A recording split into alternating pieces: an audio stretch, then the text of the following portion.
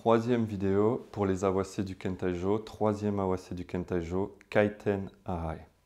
Kaiten est la grande roue.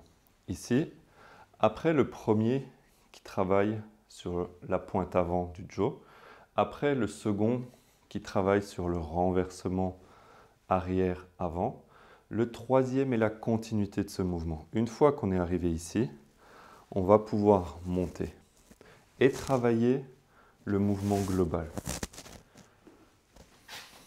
Avec Uke, même chose. Ouverture.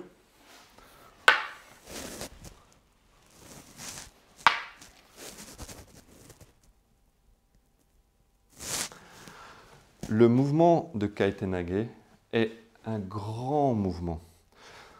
Vous allez du coup respecter la même logique de progression. Ce troisième awase vient en troisième, non pas parce qu'on a décidé de le mettre là, mais parce qu'il est la continuité des deux premiers. Votre premier temps doit voir Choku Arai, Kaishi Arai, Kaiten Arai. Et vous continuez votre mouvement. Donc, à chaque fois que vous progressez dans les awase du Kentaijo, vous progressez dans le mouvement global du lemniscat, de cette fameuse spirale infinie. Ici, on travaille petit. Ici, on travaille un peu plus grand. Ici, on travaille grand. C'est le même mouvement de lemniscat, d'infini, qu'on va travailler à 3 niveaux.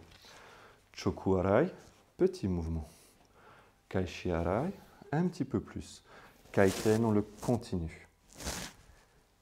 Mais au fur et à mesure que vous évoluez vers l'awase suivant, n'oubliez pas l'awase précédent. Ne travaillez pas Kaishi Arai en oubliant le premier. Ne travaillez pas Kaiten Arai en oubliant les deux premiers. Votre mouvement doit vraiment, je construis mon premier temps, je construis mon deuxième temps, et ensuite je construis mon troisième temps. C'est là l'importance des 3 premiers awase du Kentaijo. Ces 3 mouvements préliminaires ensuite aux pratiques sont un seul et même mouvement qu'on a coupé en 3 sections pour l'apprentissage. Une dernière fois, ce troisième awase, on ouvre,